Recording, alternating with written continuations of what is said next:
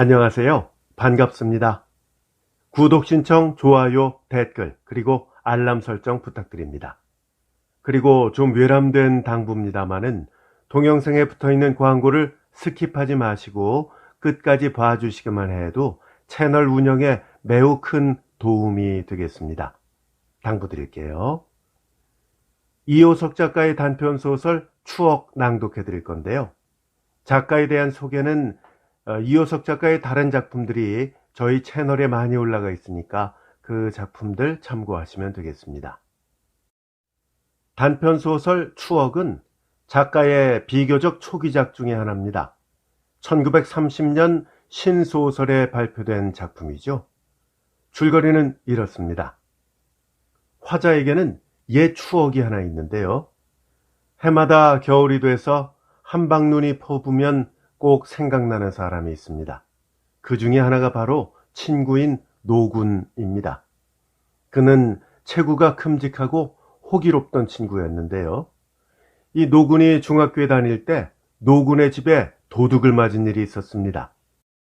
그런데 놀랍게도 범인이 아주 정중한 어투로 범행의 동기와 자기의 심경 그리고 사과까지 적어놓은 편지를 남겼어요. 참으로 이상한 사건이죠. 근데요, 이 사건은 이게 끝이 아니고요. 또 다른 반전을 맞게 됩니다.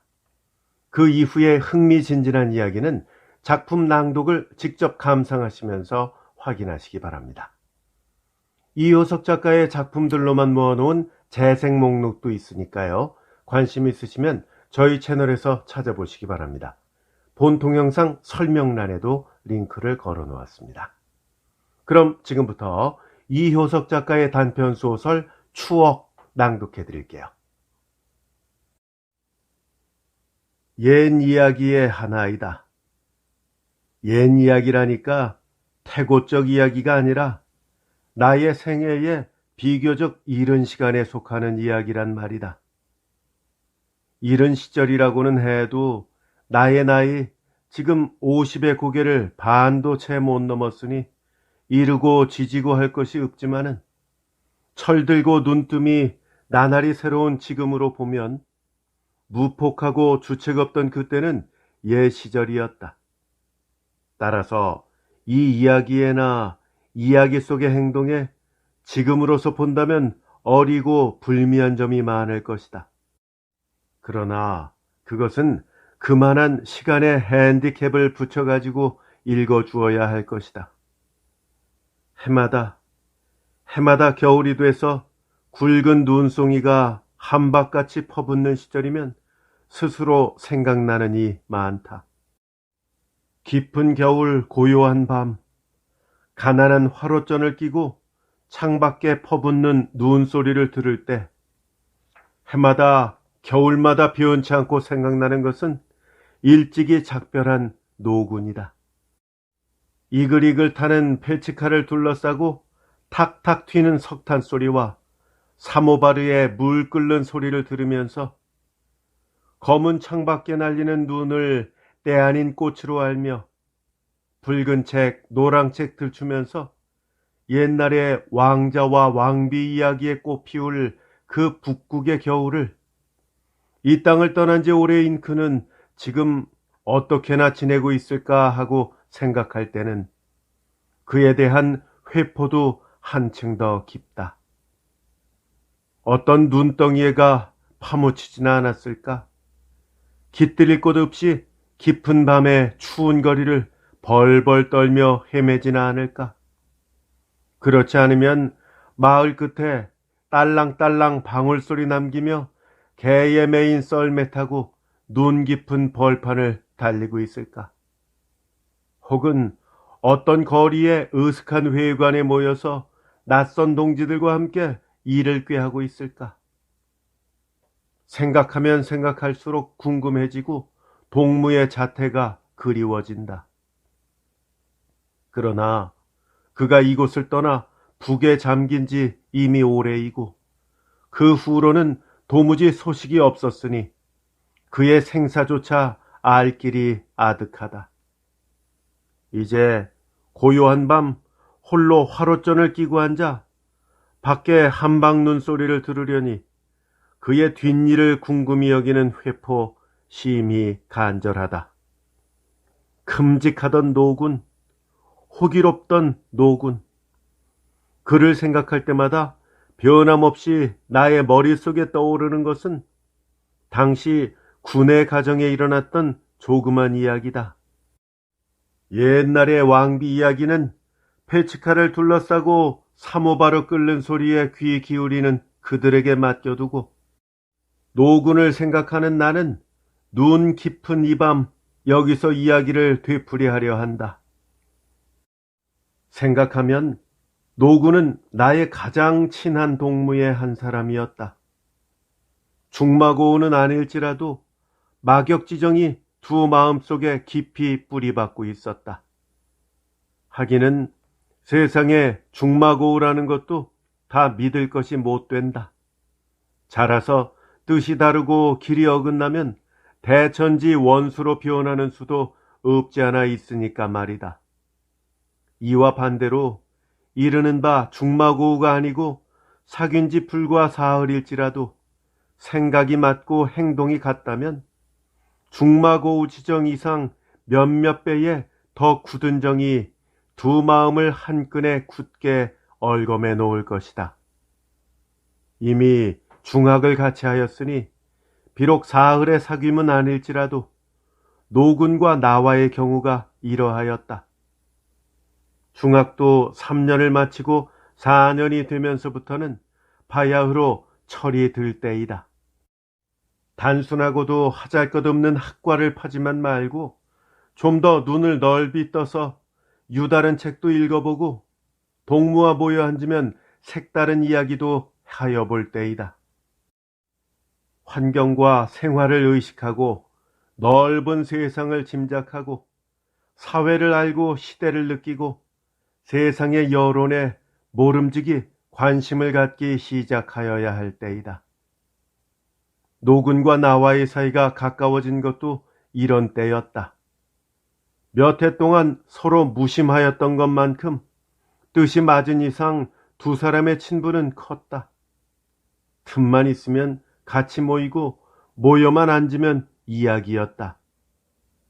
철저하지는 못하나마 일찍이 러시아의 무정부주의자였던 크로포트킨을 애독하고 레닌을 알고 마르크스를 짐작하였다.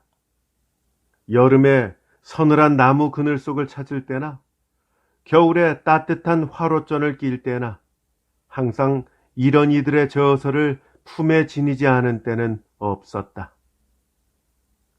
상호부조론에 영역판을 샀을 때이다. 어찌도 그것을 애지중지하였던지 표지를 싸고 속을 아끼고 둘도 없는 보배로 여겼다. 다른 책 다 제쳐놓고 읽기 시작해서 좀 붙이는 영어의 힘에 수많은 단어를 충실히 찾아가면서 한 줄, 두 줄, 한 장, 두 장 꾸준히 읽어간 것이 불과 몇 달이 안 돼서 상호부조론 영역 한 권을 훌륭히 독파하였다. 읽고만 나면 아낌없이 동무들에게 돌려가면서 빌려주었다. 좀 암직한 동무들을 모아서 책 읽고 토론하는 토요회를 조직해서 끝까지 꾸준히 끌고 나간 것도 노군이었다. 어떻든 잘 읽고 잘 배우고 잘 이야기하였다. 때로는 입에 거품을 품으면서 모여 앉은 학우 앞에서 마음껏 떠들어도 보고 때로는 분기등등하게 세상을 비분강개도 하였다. 사실 그 열정만은 누구나 다 마땅히 가져야 할 것이었다. 그리고 이때 벌써 그에게는 상당한 이론의 체계가 보금자리 잡고 있었다. 말하자면 그는 이미 소나귀에 든든히 파악한 것이 있었다. 그리고 그 체계가 점점 조직적으로 굳어갈수록 그 열정도 차차 커가고 익어갔다. 그때로 보아서는 잠옷 놀라운 일이었다. 이러한 노군과 뜻과 생각이 맞는 나와는 나날이 절친하여졌다. 책도 책이려니와 나중에는 돈주머니까지 내 것 네 것 없게 된 모든 착한 마음씨도 시원한 것이지만 그의 굳센 용모도 나의 흥미를 끄는 것 중에 하나였다. 거친 끌로 되고 말고 쪼아놓은 선 굵은 조각, 이런 느낌을 주는 것이 그의 얼굴이었다. 크고도 검은 눈에는 열정이 출출 넘치고 반듯한 콧날은 강한 의지의 초점이었다. 넓은 이마는 밝은 지혜의 권화인 듯하고 단단한 몸집에 굵게 뿌리박은 목덜미는 무진장의 정력을 감추고 있는 듯하다. 이런 얼굴에 어울려 이를 데 없이 조화를 주는 것은 그의 검은 대모테 안경이었다. 노군 역시 반갑지 않은 중산계급에 태어난 한 사람이었다. 군의 부치는 당시 수급관청의 벼슬아치였다.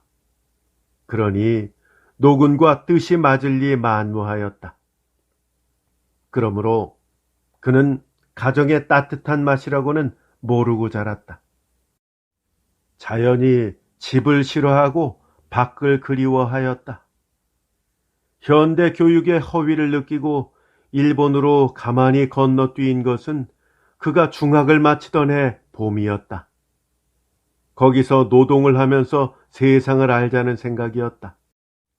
다시 바다를 건너와 마지막 편지를 남겨놓고 끔찍이도 큰 포부를 품고 북으로 영영 종적을 감춰버린 것은 바로 그해 여름이었다. 이만해 두고 잠깐 이야기로 옮겨가자. 노군이 중학을 다닐 때였다. 이른 여름 어느 날 아침 노군의 집에 난데없는 도적이 들었다. 집안은 한바탕 발끈 뒤집혔다. 그렇긴 해도 현장에서 범행하는 도적을 잡은 것이 아니라 겨우 알아채고 집안이 들썩하였을 때는 이미 도적을 맞은 뒤였다. 도적 맞은 뒤에 도적이야 한들 무슨 소용이 있으랴. 아침에 들었는지 그 전날 밤에 들었는지도 모르는 도적을 이제 와서 야단을 한대야 도적이 나설리 만무하였다. 그런 변을 당한 것이 처음도 처음이려니와 무엇보다도 피해가 적지 않았으니 법석을 안 할 수도 없었다. 현금 100원만 해도 보기에 따라서는 결코 적은 돈이 아니니 게다가 시계, 양복, 은잔 이렇게 하고 보면 결코 피해가 적다고 볼 수는 없었다. 집안은 요란하였다. 그러나 노군과 그의 아우들은 이미 학교에 간 뒤였다. 일도 딱하게 되기는 되었다. 도적이 들어도 하필 노군의 부친의 방이었다. 밖에 일이 있어 방을 비우자 공교롭게도 도적이었다. 다른 것은 고사하여 두고 단벌의 양복이 없어졌으니 제일 시급한 것이 출근 문제였다. 의거리를 열어젖히고 장 속을 들치고 벽장 속을 뒤진 데야 없어진 양복이 생길 리 만무하였다. 아무리 소동을 일으켰으나 집안 사람은 한 사람도 도적의 그럴듯한 실마리를 종잡는 이가 없었다. 아침에도 그 전날 밤에도 이상스러운 사람의 출입은 없었고 물론 집안 사람의 나들이도 없었다. 방이래야 빤히 건너다 보이는 사랑방이니 잠시 비워두거나 안 비워두거나 별다름은 없을 것이다. 그러나 현재 도적을 맞은 것을 어떻게 하랴? 가방 속에 든 돈을 쥐가 안 물어가고 벽에 걸린 양복이 제 발로 안 걸어갔다면야 도적은 확실한 도적이다. 도적이라면 쥐도 마음대로 못 드나드는 성벽 같은 가정에 예사로 침입하였으니 용하기도 하다. 양복과 시계 같은 것이야 눈에 띄는 것이니까 손쉽게 집어갈 수 있으려니와 가방 속에 깊이 묻힌 현금 100원을 감쪽같이 빼낸 것은 사실 귀신을 울릴 노릇이었고 더 놀라운 것은 농 속 깊이 싸두었던 은잔을 들어간 것이다. 이것은 너무도 놀라운 일이었다. 그만큼 수상도 하였다. 깊이 파묻힌 그 은잔의 존재를 발견하려면 적어도 하루 종일 동안을 허비하여야 할 것을 불과 몇 분 동안에 곱게 들어갔으니 어찌 놀랍지 않으랴. 동시에 괴상한 일이요 의심쩍은 일이었다. 이것이 마침 그 어떤 암시를 주었다. 두말 없이 안짬자기를 다그쳤다. 범행을 하였거든 곱게 자백을 하라고 권유도 해보고 벌을 주겠다고 위협도 해보았다. 안짬자기란 남의 집에서 먹고 자며 그 집일을 도와주는 여자를 말한다. 그러나 아무리 다진다 하여도 없는 죄야 어찌 있다고 할 수 있으랴. 마침내 밖에 있는 행랑 어멈까지 불러들였으나 그들의 태도로 보아서든지 말을 듣든지 역시 혐의를 거는 것이 애매할 뿐이었다. 그리고 그들의 말을 들으면 전날 밤에 대문은 단단히 잠갔고 행랑과 안채 사이에 있는 중문도 단단히 단속하였던 것이었다. 그리고 자정 때까지는 별다른 사람의 출입은 일절 없었다 한다. 담이 높고 문이 단단한 다음에야 어찌 밖에서 도적이 들 수 있으랴. 그러면 안에도 도적이 없고 밖에서도 들지 않았다면 하늘에서 떨어지거나 땅에서 솟지 않은 다음에야 그 도적이 어디서 생겼단 말인가. 나중에는 도난개, 즉 도둑 맞은 것을 신고까지 하고 가까운 전당포까지 수소문해 보았지만 역시 아무 단서도 잡을 수 없었다. 그러는 동안에 학교에 갔던 노군과 그의 아우들도 학교를 파하고 돌아들 왔다. 그러나 그들에게는 더구나 아무 생각나는 바가 없었다. 요새 가난한 사람이 날로 생기니 도적 맞기도 예사가 아니냐는 것이 노군의 단 한마디의 말이었다. 그런데 그날 저녁 때는 되어서 사랑방 책상 위에서 다음과 같은 글발이 발견되었다. 이것으로 하여 사건의 진상을 얼마쯤 밝힐 수 있었다. 그것은 가해자가 피해자에게 써놓은 글발이었다. 가해의 동기, 가해자의 심경, 사과, 양해를 비는 말을 급한 글씨로 휙휙 내 적어 놓은 것이었다. 너무도 미안합니다. 미안한 줄 알면서 이런 짓을 하지 않으면 안 된 것이 더욱 미안합니다. 그러나 결코 사복을 채우려는 것은 아닙니다. 저는 지금 어떤 조그만 회의의 일을 보고 나갑니다. 여기서 무슨 회라고 회의의 이름을 못 가르쳐 드리는 것을 용서하십시오. 요번에 마침 어떤 일이 돌발하여 회의에 얼마간의 경비가 꼭 필요하였습니다. 원래가 가난한 회의이므로 회의에 얼마 안 되는 경비로는 도저히 그런 것을 일일이 꺼갈 수 없기에 여러 가지로 주선해 보았지만 뜻대로 되지 않고 그렇다고 마땅히 처리해야 할 일을 그대로 내버려 둘 수는 절대로 없고 일도 원체 급한 일이므로 마침내 이런 짓까지 벌이게 되었습니다. 결코 사복을 채우려는 것은 아닙니다. 수많은 사람을 위한 일에 바치려는 것입니다. 그것을 믿어주시고 양해해 주셔야 합니다. 그럼 왜 당당하게 와서 보조라도 해달라고 못하고 이따위 짓을 하느냐고 하시겠죠? 그러나 그렇게 해서 일이 잘 된다면 오죽이나 고마운 세상이겠습니까? 그렇지 못한 세상에 나서 이런 향기롭지 못한 짓을 하게 된 것만 슬픈 일이 아닐까요? 어떻든 잘 양해해 주시고 너무 노여워하지는 마십시오. 요번 일이 잘 해결되고 후일 회의의 경비도 충실해지면 이번의 피해는 반드시 되로 갚아드리겠습니다. 일이 원체 급해서 이 짓까지 나왔다는 것을 거푸 말합니다. 너무 요란하게 하시지는 마십시오. 주제넘게 이런 글빨도 안 남겨놓을 것이오나 처음으로 이런 일을 당하신다면 너무도 가증한 행동에 놀라실 듯해서 두어자 적어 양해를 비는 바입니다. 오전 2시쯤 가해자. 종일 동안 볶아쳐도 알 길이 없던 도적의 정체는 여기 와서 명백히 나타났다.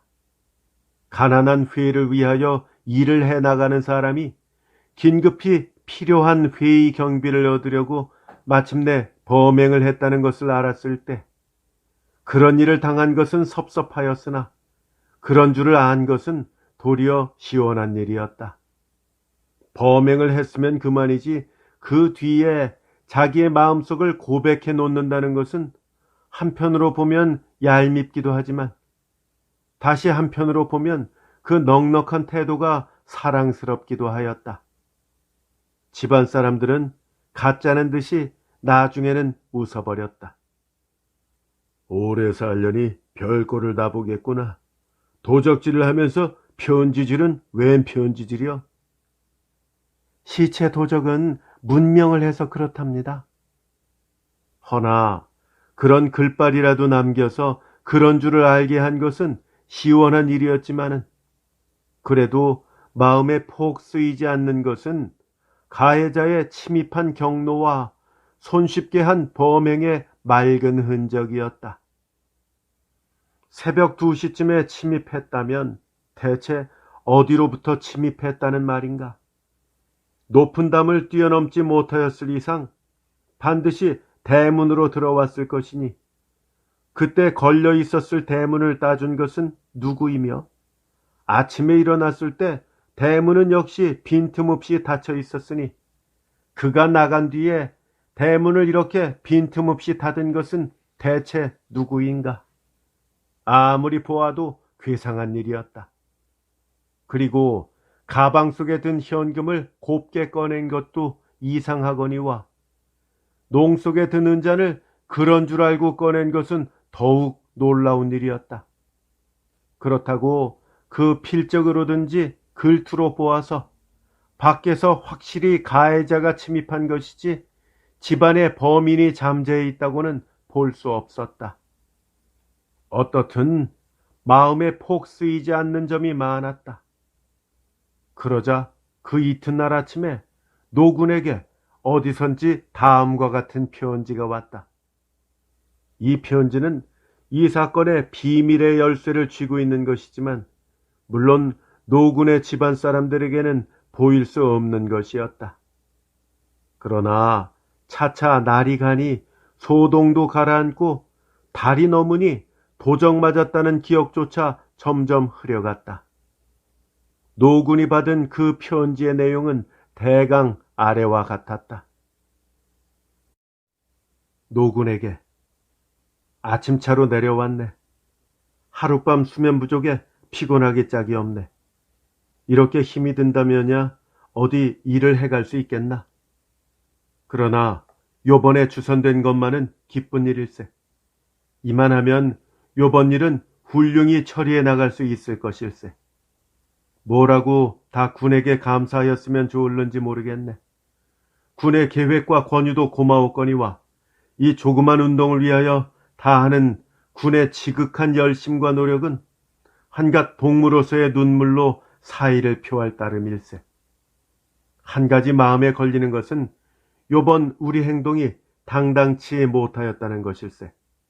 너무도 못나고 치사스럽고 부끄러운 일이 아닐 수 없네. 물론 목적을 위해서는 수단이야 고를 바 아니겠지만 그래도 같은 값이면 수단조차 좋아야 할 것이 아닌가? 그러나 지금 와서 그것을 바란들 무엇하겠나. 아마도 새벽 2시쯤이나 되었던지 군은 문 밖에 섰고 내가 방에 선뜻 들어섰을 때 그때부터 벌써 마음에 알 수 없는 고통을 느꼈네. 그런데다가 이렇게 일을 저질러 놓고 나니 나는 것은 한갓 후회의 염뿐일세. 황급히 주섬주섬 걷어가지고 군의 집을 나왔을 때 그때 초조와 불안이란 참 이를 데 없었네. 왜 이런 짓을 하면서까지 우리의 일을 계속해야 되나 생각할 때 세상이 야속하고 알지 못할 것이었네. 더구나 군의 가정에 대한 미안한 생각이야 어찌다 말할 수 있겠나. 나의 마음이 이런데 군의 마음이야 오죽이나 쓰리겠나. 아무리 우리의 밟는 길과 어긋난다 할지라도 군이 그렇게까지 가정에 반역한다는 것은 슬픈 일이니까 말일세. 너무나 미안한 마음에 방을 나올 때 두어자 사과의 말을 적어 놓았네. 이것으로 하여 너무 집안이 소동이나 안 되면 다행일 줄 아네. 그럼 우선 이만하고 일 되어 나가는 대로 또 편지함세. 모모역 앞에서 피.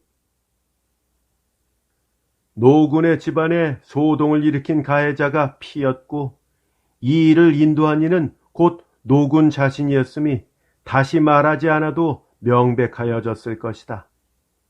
피는 당시 우리의 선배였다. 노군과 나와의 서생시대에는 피는 이미 적으나마 한 사람의 농민 운동자였다. 노군과 피의 사이는 친했다. 따라서 나와의 사이도 친하였다고 하여도 그 친함은 더 많이 선배에 대한 경모의 염에 가까운 것이었다. 사실 그로하여 미숙한 생각이 많이 개발되었던 것이다. 이야기는 이만이니 이것으로도 능히 노군의 큼직한 풍모의 일단을 엿볼 수 있을 것이다. 그럼 왜 그가 그렇게까지 자기 가정과 어긋났느냐 하는 것이 의심될 것이나 이것을 말하자면 이 짧은 이야기에서는 너무도 장황할 것이다. 그러나 어떻든 이미 생각이 남보다 한 걸음 앞선 그로서는 그의 옛 가정과는 당연히 딴 걸음을 걷지 않을 수 없었던 것이다. 나는 지금 여기서 그들의 행동의 시비를 비판하려는 것이 아니요 독자의 비판을 바라는 것도 아니다. 나 어린 시절에 벌써 그의 생각이 그만큼 달랐다는 것을 알아주면 그만이다. 무릇 비판이라는 것, 그것이 벌써 절대적인 것이 아니다. 털끝 하나의 용납도 허락지 않을 만한 그런 엄숙한 객관적 절대적 판단이라는 것이 이 세상에 존재할 수는 없을 것이다. 그리고 그런 판단이 일상생활에 그다지 필요치도 않을 것이며 그런 판단으로만은 이 복잡한 세상을 해석하지도 못할 것이다. 대체 세상 물상이라는 것이 이 모로 보면 이렇게 보이고 저 모로 보면 저렇게 보이고 시각의 각도와 입장에 따라서 눈에 비치는 바, 마음에 비치는 바가 다 각각 다를 것이다. 밤은 깊었다.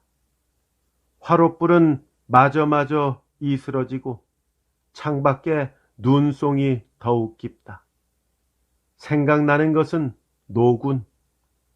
그는 지금 눈덩이에 가서 파묻혀 있을까? 깊은 밤 추운 거리를 잠잘 곳 찾아서 헤매고 있을까? 혹은 방울소리 딸랑딸랑 개 메인 썰매를 타고 눈 깊은 벌판을 달리고 있을까? 그렇지 않으면 북극의 거리 으슥한 회관에 모여서 낯선 동지들과 일을 꾀하고 있을 것인가? 어디를 가 있든 비난이 건재하라, 잘 싸워라. 이효석 작가의 단편소설 추억 낭독해드렸습니다. 친구인 노군을 회상하고 있는데요. 이 화자의 말 맞다나 정말 호기롭던 친구였군요. 재밌게 잘 감상하셨는지요? 이효석 작가의 작품들로만 모아놓은 재생 목록이 있습니다. 관심 있으시면 저희 채널에서 찾아보시면 되겠고요. 본 동영상 설명란에도 링크를 걸어 놓았습니다.